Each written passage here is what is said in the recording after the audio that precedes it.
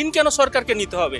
DA যে একটা আইনসঙ্গত অধিকার, সুপ্রিম কোর্টও সেটা পরোক্ষভাবে স্বীকার করে নিয়েছে। সহজে এই টাকা দেওয়ার মনে হয় ওনার ইচ্ছা নেই। আসলে আমাদের সব টাকাই গভর্নমেন্টের কাছে রয়েছে, হয়তো হাতে নেই, সুইস ব্যাংকে রয়েছে। অবশ্যই মেটাতে পারবে, শুধু সরকারের সদিচ্ছা নেই। সরকারের দাক্ষিণের উপর সরকারি কর্মচারীরা নির্ভরশীল থাকুক, এটা সরকার চায়।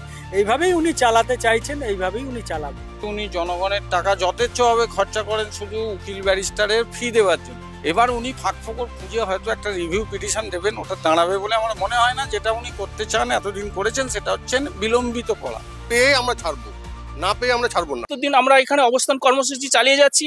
ডিএ তাদের অন্যতম একটা দাবি, অন্যান্য দাবি আছে কর্মচারীদের ন্যায্য দাবি অধিকারের জন্য।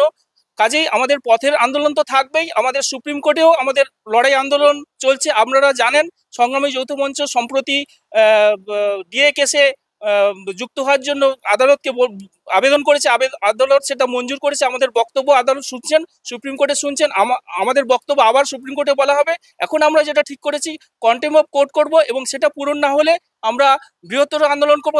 দরকার হলে নবান্নর অভিমুখে আমরা কর্মচারীদের, শিক্ষক মহাশয়দের সকলের সম্মিলিত শক্তি নিয়ে নবান্ন অভিযান করব। ডিএর যে ন্যায্য 20%, 25% আপাতত যেটা সুপ্রিম কোর্ট বলেছে সেটা যাতে মিটিয়ে দেয়, এবং আমাদের বকেয়া যে 75% রূপা 2009-এর 50% সেটা যাতে মিটিয়ে দেয়, তার জন্য আমাদের মানে কোর্টের আন্দোলন এবং পথের আন্দোলন তীব্র থেকে তীব্রতর করব।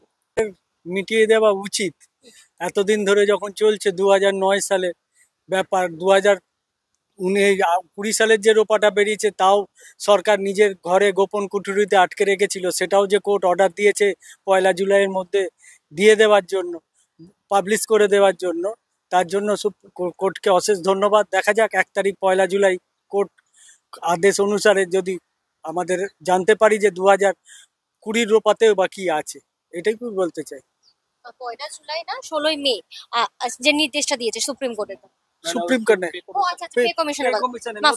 এটা সুপ্রিম কোর্ট বলেছে, ওনার তো কিছু হবে না, হলে মুখ্য সচিব আর ফিনান্স সচিবের যা হবার হবে উনি দেখবেন। আবার পরবর্তী ক্ষেত্রে কতদিন করে লেনদি টানা যায়, আর সুপ্রিম কোর্টে গিয়ে আবার ওই যে কি একটা ফাইল করেছে, রিভিউ ফাইল করেছে, সেটাকে নিয়ে এখন কতদিন টানা হেঁচড়া করা যায়। এইভাবেই উনি চালাতে চাইছেন, এইভাবেই উনি চালাবেন।